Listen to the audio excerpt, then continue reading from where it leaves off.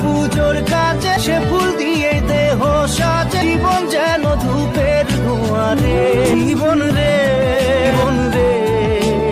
দীঘায় শুটিং করতে গিয়ে এমন কি ঘটেছিল রাহুলের সাথে, যার কারণে একটা জলজ্যান্ত মানুষ চিরতরে হারিয়ে গেল সমুদ্রের ঢেউয়ে। আজ আমরা জানব টলিউডের জনপ্রিয় অভিনেতা রাহুল অরুণোদয় বন্দ্যোপাধ্যায়ের এই আকস্মিক মৃত্যুর পেছনের আসল ঘটনা।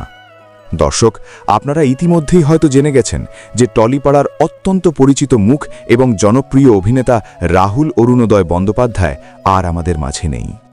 ভোলে বাবা পারকারেগা নামের একটি ধারাবাহিকের শুটিংয়ের জন্য পুরো ইউনিটের সাথে তিনি গিয়েছিলেন দীঘা সংলগ্ন তালছাড়িতে। জানা যায়, শুটিং শেষ হওয়ার পর বিকেলে তিনি একাই সমুদ্রে স্নান করতে নেমেছিলেন, কিন্তু আচমকায় তিনি গভীর জলে তলিয়ে যেতে থাকেন। শুটিং সেটের টেকনিশিয়ানরা হঠাৎ চিৎকার শুনতে পান যে রাহুলদা ডুবে যাচ্ছে। এরপর তাকে তড়িঘড়ি জল থেকে উদ্ধার করে দীঘা হাসপাতালে নিয়ে যাওয়া হলেও চিকিৎসকরা তাকে মৃত বলে ঘোষণা করেন।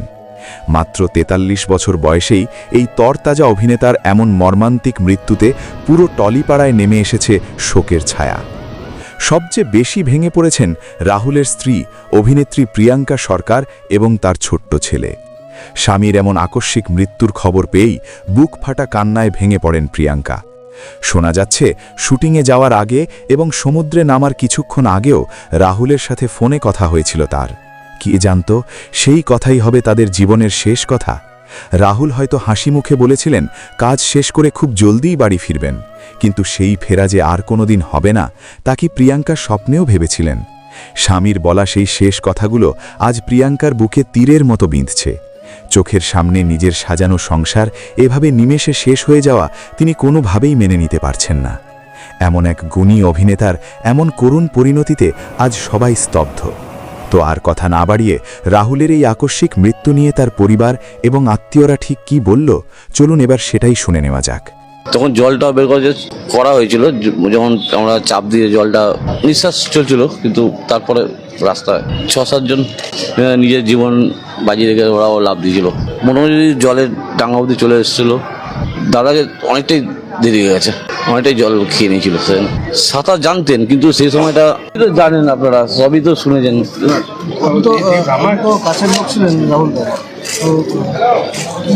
সেটা থেকে কিছু করতে পারিনি, কিছু করতে পারিনি না। শুটিং চলতে চলতে হঠাৎ কি হলো, ডুবে গেলেন কিভাবে? জলের গভীরতা বুঝতে পারিনি, নিজেকে নিজে কন্ট্রোল করতে পারিনি। জলে জোয়ার এসেছিল সেই সময়, আমি হসপিটালে ছিলাম। তো সবাই চেষ্টা করেছে, টেকনিশিয়ানরাও বাঁচানোর জন্য, কিন্তু অনেকটাই দেরি হয়ে গেছিলো। কতজন জলে নেমেছিলেন? ৬-৭ জন নিজের জীবন বাজি রেখে ওরাও লাভ দিয়েছিল ওই জলের মধ্যে। ওনার সাথে তো সহকারী অভিনেত্রী ছিল। হ্যাঁ, আপনার ডাক্তার ফার্স্টে অভিনেত্রী মোটামুটি জলের ডাঙ্গা অবধি চলে এসেছিলো। উনি সুস্থ আছেন, কিন্তু প্রচুর ভেঙে আছেন। কিন্তু দাদাকে অনেকটাই দেরি হয়ে গেছে, অনেকটাই জল খেয়ে নিয়েছিল। হ্যাঁ, সাঁতার জানতেন, কিন্তু সেই সময়টা হয়তো নার্ভাস হয়ে সব কিছু হারিয়ে ফেলেছেন। জল কতটা ছিল? জল ছিল, ভালো গভীরতা ছিল। যতটা আমরা মনে করছিলাম এক জায়গায় অতটা জল না বা কিছু, হঠাৎ করে গভীরতাটা বুঝতে পারা যায়নি জলের। না, ঢেউ না, জলের স্রোত ছিল। হ্যাঁ, জলের সঙ্গে জোয়ারটা এসেছিল।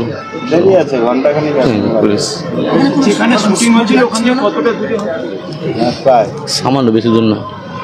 গেলে আপনারা হয়তো লোকেশনে গেছেন, মনে হয় আপনারা দেখতেও পেয়েছেন, জানেন। আপনি নিয়ে গেছিলেন কোথায়? হাসপাতালে। হাসপাতালে আমি গেছিলাম, পড়াশোনার ওরা তাড়াতাড়ি করে হসপিটালে নিয়ে এসছে, পেছনে পেছনে আমিও এসেছি গাড়ি করে। যখন হসপিটালে এসছে তখন শেষ।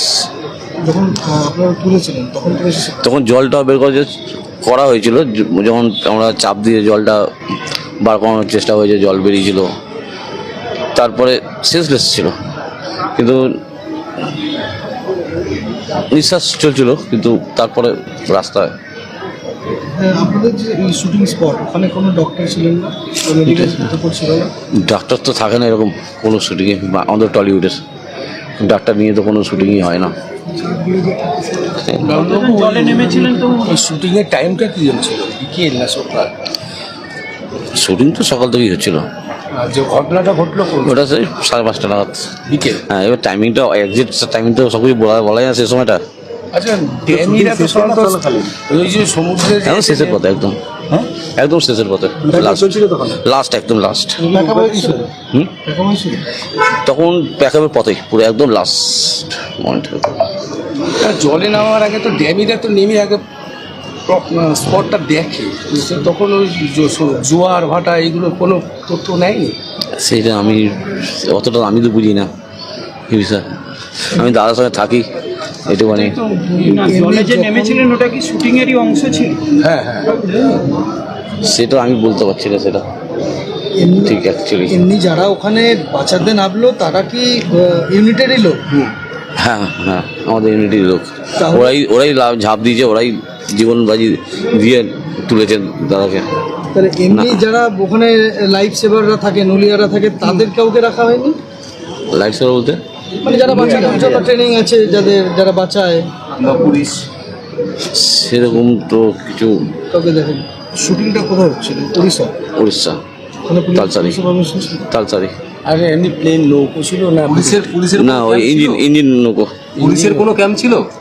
পুলিশের না, যেমন ওই পুলিশের কোনো ছিল ওখানে? না, কটা নৌকো রাখা ছিল আপনাদের? একটা একটাই। ওই স্কট করার জন্য। মানে ওটা কি মালপত্র নেওয়ার? মালপত্র নেই, আর লোক পারাপার করা এগুলা তো ভালো লোক নৌকোওয়ালাও help করছে। প্রিয়াঙ্কা সরকার তিনিও আসতে চলেছেন এবং তার সাথে সাথেই দেখা যাচ্ছে যে অরূপ বিশ্বাসও এসেছেন রাহুল বন্দ্যোপাধ্যায়ের বাড়িতে, এবং তার সাথেই আমরা যেটা দেখতে পাচ্ছি যে প্রচণ্ড পরিমাণের যে ভিড় সংখ্যা কিন্তু রীতিমতন তোমরা দেখতে পাচ্ছ যে অনুরাগীর সংখ্যা এবং পাড়ার প্রত্যেকটা মানুষ কিন্তু শোকস্তব্ধ হয়ে পড়েছে, কারণ এই মৃত্যুটা সত্যি কিন্তু ভাবার বাইরে। কারণ রাত 11টা বেজে গেছে, তারপরেও কিন্তু মানুষ সকলে পাড়ার ছেলে, পাশের বাড়ির ছেলে হিসাবে যেভাবে ভিড় জমিয়েছে, সেই ভিড়টা কিন্তু সত্যি চোখে পড়ছে। এবং সত্যি এই মৃত্যুটা কেউ কখনো ভাবতেই পারেনি, কারণ শুটিং করতে গিয়েছিলেন এবং তার সাথে তার যে সহ অভিনেত্রী শ্বেতা মিশ্র, তিনিও কিন্তু সেই সময় একই সাথে একই জায়গায় উপস্থিত ছিলেন এবং দুজনেই কিন্তু জলে পড়ে গিয়েছিল বলে শোনা যায়। কিন্তু তারপরেও রাহুল বন্দ্যোপাধ্যায়ের যে মৃত্যু, সেই মৃত্যুটা কিন্তু অভিনেত্রী নিজেও মানতে পারেনি এবং তার সাথে সাথে পাড়ার প্রতিবেশী এবং কেউই মেনে উঠতে পারেনি। সরাসরি আপনারা দেখতে পাচ্ছেন অভিনেত্রী প্রিয়াঙ্কা এই মুহূর্তে রাহুল বন্দ্যোপাধ্যায়ের বাড়িতে এসেছেন। সরাসরি আপনারা দেখতে পাচ্ছেন অভিনেত্রী প্রিয়াঙ্কা প্রবেশ করলেন রাহুল বন্দ্যোপাধ্যায়ের বাড়িতে। ইতিমধ্যেই সেখানে রয়েছেন মন্ত্রী অরূপ বিশ্বাস। তালসারিতে শুটিংয়ে গিয়ে অকালে প্রাণ ঝরে গেল অভিনেতা রাহুল অরুণোদয় বন্দ্যোপাধ্যায়।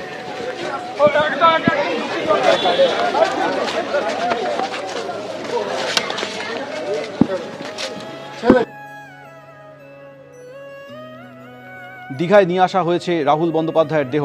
সরাসরি আমাদের সঙ্গে এই মুহূর্তে রয়েছে আমাদের অপর প্রতিনিধি অনির্বাণ বিশ্বাস। অনির্বাণ, দেখো, কিছুক্ষণ আগে কিন্তু প্রিয়াঙ্কা সরকার তিনি কিন্তু রাহুল বন্দ্যোপাধ্যায়ের বাড়িতে পৌঁছলেন। আমরা দেখতে পাচ্ছি যে আমাদের পিছনে এই হচ্ছে সেই রাহুল বন্দ্যোপাধ্যায়ের বাড়ি। তিনি কিন্তু এর আগে সন্ধ্যেবেলাতেও এসেছিলেন এবং কিছুক্ষণ আগে তিনি কিন্তু ঢুকলেন। তুমি জানো যে একটা ঘটনা ঘটেছে এবং সেই ঘটনায় রাহুলের মর্মান্তিক মৃত্যুর ঘটনা ঘটেছে এবং সেই মৃত্যুতে পর প্রিয়াঙ্কা কিন্তু খবর পেয়েই প্রথম তিনি কিন্তু বিকালে চলে আসেন রাহুলের বাড়িতে এবং তারপর তিনি কিন্তু চলে গিয়েছিলেন। এই মুহূর্তে কিছুক্ষণ আগেই কিন্তু তিনি ঢুকলেন এবং পিছন দিকের যে গেট, সেই গেট দিয়ে কিন্তু তিনি ভেতরে প্রবেশ করলেন। এবং তোমাকে জানিয়ে রাখবো যে রাহুলের যেহেতু আগামীকাল ময়নাতদন্ত হওয়ার কথা রয়েছে, স্বাভাবিকভাবেই সেই ময়নাতদন্তের যে প্রক্রিয়া, সেই প্রক্রিয়া সম্পন্ন করতে গেলে বাড়ির লোকের অনুমতির প্রয়োজন হয় এবং সেই সমস্ত বিষয় নিয়ে একেবারে কিন্তু তিনি কথা বলতে এসেছেন বলেই আমরা জানতে পাচ্ছি। এবং অরূপ বিশ্বাস তিনি গোটা তত্ত্বাবধানে রয়েছেন এই মুহূর্তে। তুমি দেখতেই পাচ্ছ যে অরূপ বিশ্বাস তিনি নিজেও বাড়ির ভেতরে প্রবেশ করেছেন প্রিয়াঙ্কাকে নিয়ে এবং তার যে প্রচুর অনুরাগী, সেই অনুরাগীরাও কিন্তু ইতিমধ্যে ভিড় জমিয়েছেন। রাত বেড়েছে কিন্তু রাহুলের বাড়ির বাইরে যে ভিড়, সেই ভিড় কিন্তু কমার কোনো জায়গা নেই এবং যত সময় গড়াচ্ছে ততই কিন্তু তার সতীর্থ থেকে শুরু করে সহশিল্পী তারা যেমন আসছেন এবং একই সঙ্গে কিন্তু তার যারা আত্মীয় স্বজন বন্ধুবান্ধব তারা কিন্তু সবাই একে একে এসে রাহুলের বাড়িতে কিন্তু বাড়ির সামনে তারা জড়ো হচ্ছেন। রাহুলের মা বাড়িতে রয়েছেন এবং কিছুক্ষণ আগেই প্রিয়াঙ্কা সরকার তিনি পৌঁছলেন। সন্ধ্যেবেলায় তিনি একবার এসেছিলেন, তারপর তিনি চলে যান। পরবর্তী সময় কিন্তু তিনি এখন আসলেন এবং যেমনটা আমরা জানতে পাচ্ছি ইতিমধ্যে দীঘা হাসপাতাল থেকে তমলুক হাসপাতালের পথে নিয়ে যাওয়া হয়েছে তার মরদেহ এবং সেখানেই কিন্তু আগামীকাল ময়নাতদন্ত হবে এবং এই ময়নাতদন্তের যেহেতু একটি সরকারি প্রক্রিয়া থাকে সেই আইনি জটিল প্রক্রিয়ার মধ্যে দিয়ে কিন্তু যেতে হবে এবং থেমে গেল সহজ কথারা। টলিউডে হঠাৎ করে নেমে এলো শোকের ছায়া। তালসারিতে জনপ্রিয় মেগা সিরিয়াল ভোলে বাবা পারকারিগার শুটিং চলছিল। শুটিংয়ের পর জলে নেমেছিলেন তিনি। সূত্রের খবর অনুযায়ী জলে নেমে হঠাৎ করে হার্ট অ্যাটাক হয় তার। পরবর্তীকালে তাকে জল থেকে তুলে হাসপাতালে নিয়ে যাওয়া হলে মৃত বলে ঘোষণা করা হয়। এরকমই অবিশ্বাস্যকর খবর মেনে নিতে পারছে না টলিউড সহ অন্যান্যরা। বিস্তারিত জানতে আমরা কথা বলেছিলাম ভোলে বাবা পারকারিগা ধারাবাহিকের প্রোডাকশন ম্যানেজার এবং অ্যাসিস্ট্যান্ট প্রোডাকশন ম্যানেজারের সঙ্গে। তাদের থেকেই জেনে নেব ঠিক কী ঘটেছিল ঘটনাস্থলে। চলেন, আমার কোনো সিন ছিল না, ওকে মানা করা হয়েছে জোর জবরদস্তি। টেকনিশিয়ানরা আমার বোট ছিল পাশে, ও তারপরে দিয়েছে সঙ্গে সঙ্গে দিকে উঠতে পারছে না, বোট তুলেছে, নুলিয়া ছিল বোট তুলেছে, বোটে আনতে তারপরে গাড়িতে তুললাম, গাড়িতে তুলেছে। আমি হাসপাতালে নিয়ে আসতে প্রিয়াঙ্কার খবর নিয়েছি। হয়েছিল আমাদের শুটিংটা ছিল আজকে ডে লাইটে। এবার ঘটনাটা আমাদের থেকে ওই সিনটা ছিল কি, সে তো ওই ওরা হানিমুন করতে এসছে, যেমন জলে নামছে, জল ছিটাছুটি করতে হয়ে গেছে, তার সিন কমপ্লিট আমাদের। এবারে একটা শব্দ বলেছে হ্যাঁ প্যাক আপ, চলো আমার সিনটা মুক্তি বেরোছিল, সব হয়ে গেছে, বড় চলো বই সব বুঝে পড়ি। তখন ওরা কি ওই জল ছোঁয়াছুড়ি করছে আর কি, প্যাক আপ হয়ে গেছে, ওই সব বেরিয়ে যাবো। ওই নেমেছে তুমি স্নান করার মতো জল ছিটাছুটি করতে করতে জল বেড়ে গেছে, এরাও বুঝতে পারেনি। হট করে তখন অল্প এগিয়ে যাচ্ছে, কিছুই বলছে না, তখন জল ছোঁয়াছুড়ি করছে। তারপর হট করে দেখছি হচ্ছে কি ওই যে আমাদের যে সেটা সে হচ্ছে গিয়ে তখন হাত নাড়ছে, সঙ্গে হাত নাড়তে গিয়ে তখন আগে এরকম সমস্যা। তখনই আমি আমার ওই মাথার মধ্যে আমার একটা ওই গামছা পেঁচানো ছিল, তো ওটা যখন নিয়ে দৌড়ে আমি তখন নেমে গামছা খুঁজছি আর কি, গামছাটা ধরো। তারপর আমার সঙ্গে সঙ্গে আরেকজন ছিল কৃষ্ণা বলে, ও আমার সঙ্গে সঙ্গে নেমে গেছে, নেমে ও গামছা গামছা ধরো, সেটা গামছাটা ধরেছে, সেটা তখন টানছি তখন তখন তো আমরাও চলে গেছি মোটামুটি বের, তখন আমরাও ফিট টানছি যে নিয়ে আসতে হবে ওকে। এবার তখন রাহুল তখন আর গামছা ধরতে পারছে না, আমরা তখন ছুটছি। তার তখন হচ্ছে কি আমাদের একজন আছে প্রদ্যুৎ দাস, সে তখন হচ্ছে নৌকানে তখন ঢুকে গেছে। তখন নৌকা ঢুকে তখন হচ্ছে মাঝিটা হচ্ছে আমার পাশ থেকে নেমে তখন রাহুলটাকে ফেলে নিয়ে এদিকে চলে এসছে। তারপরে আমরা সব আমার নিচে এসেছিলাম, আমি তখন হাতিয়ে গেছিলাম, তখন অনেকটা জলে ছিলাম তো অনেকক্ষণ। তারপরে ওই নৌকাতে করে আবার রাহুল সবাইকে তুললো, নিয়ে আমি শিখিয়ে তোমার যাও ওখানে গাড়ি আছে, গাড়িতে করে নিয়ে তোমার বেরিয়ে গেছে। আগে যাই হোক কি হতো না আগে ট্রিটমেন্ট করাবো। রাহুল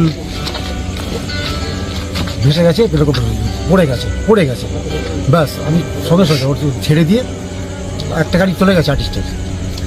আচ্ছা, তারপর গেলাম এবার আমার রেস্কিউ বোট ছিল, তুলে নিয়ে এলো আমার স্টাফরা আস্তে আস্তে। হাই প্রেশার ছিল, প্রেশার।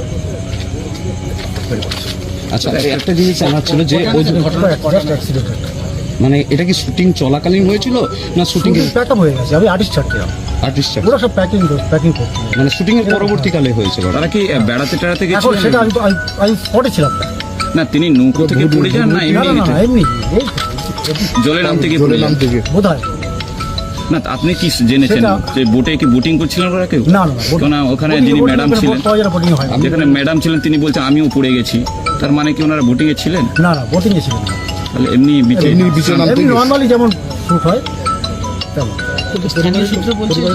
রেস্কিউ করতে একটা টাইম লেগেছে? না, রেস্কিউ করতে টাইম একদম গাড়ি দাঁড়িয়েছিল ওখানে, আমি নিয়ে গেছিলাম গাড়ি, আমি যেতাম হোটেল থেকে 1 মিনিট লাগে ওই জায়গাটা। আর বোট ছিল, বোটে করে জিনিসটা পরিবারের লোকজনকে আসছে এখন বলতে পারবো। আপনার নাম? বন্ধু আমার নাম শেখর চক্রবর্তী। পুলিশের সঙ্গে কি কথা হলো? হয়নি, আজকে এসছেন কথা বলতে। আপনি কি এখানে কোন প্রোডাকশন?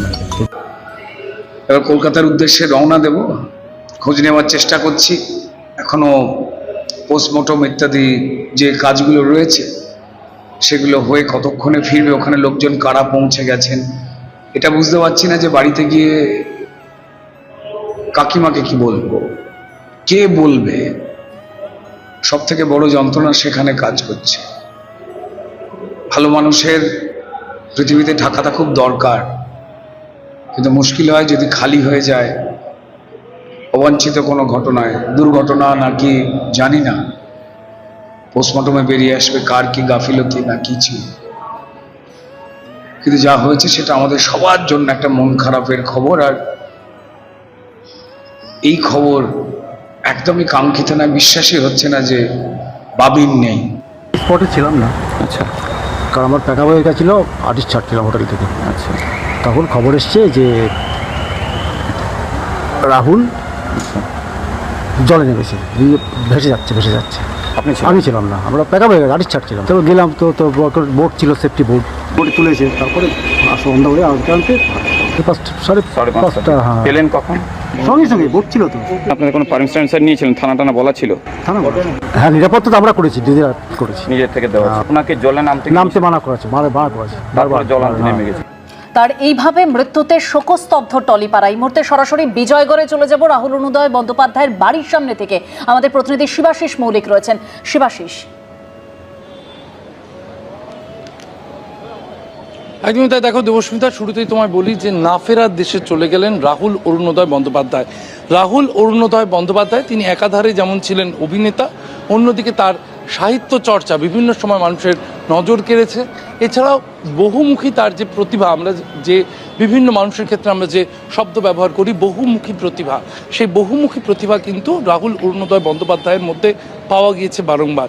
আমি এই মুহূর্তে দাঁড়িয়ে রয়েছি যে বাড়িতে তিনি থাকতেন, এই বাড়িতেই রাহুল অরুণোদয় বন্দ্যোপাধ্যায় তিনি বাস করতেন। সেই বাড়িকে ঘিরে এখন কিন্তু তার প্রতিবেশীরা, তার সহকর্মীরা তারা জড়ো হয়েছেন। সকলের মধ্যেই একটা শোকের ছবি, শোকের ছায়া গ্রাস করেছে আমরা দেখতে পাচ্ছি। আমি কৌশিককে বলবো একটু রাস্তার ওপারের ছবিটা দেখাতে। তার প্রতিবেশীরা, তার সহকর্মীরা, যে কথা আমি একটু আগেই বললাম।